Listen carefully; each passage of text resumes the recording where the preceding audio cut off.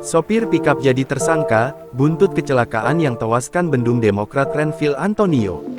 Polres Situbondo Polda Jatim menetapkan sopir pikap P9304 Mai, Muhammad Deva, 19 warga Kecamatan Asembagus, Kabupaten Situbondo sebagai tersangka dalam kecelakaan yang menewaskan Bendahara Umum Partai Demokrat, Renvil Antonio pada Jumat tanggal 14 Februari tahun 2025.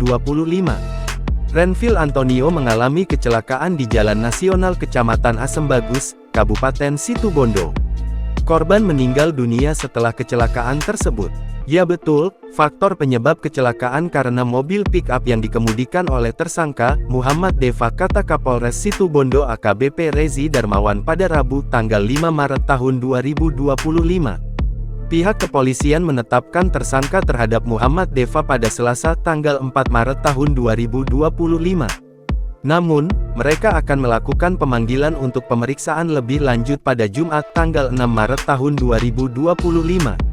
Menurutnya, tersangka kurang memperhatikan arus lalu lintas ketika hendak menyeberang ke arah kanan atau selatan.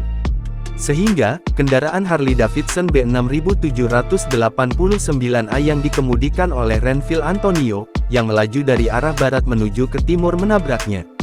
Tersangka juga belum mempunyai surat izin mengemudi (SIM) dari kepolisian. Faktor tersebut juga menjadi salah satu indikator kepolisian untuk menaikkan statusnya menjadi tersangka. Besok atau dalam waktu dekat akan dipanggil, katanya. Download Tribun X sekarang. Menghadirkan lokal menjadi Indonesia.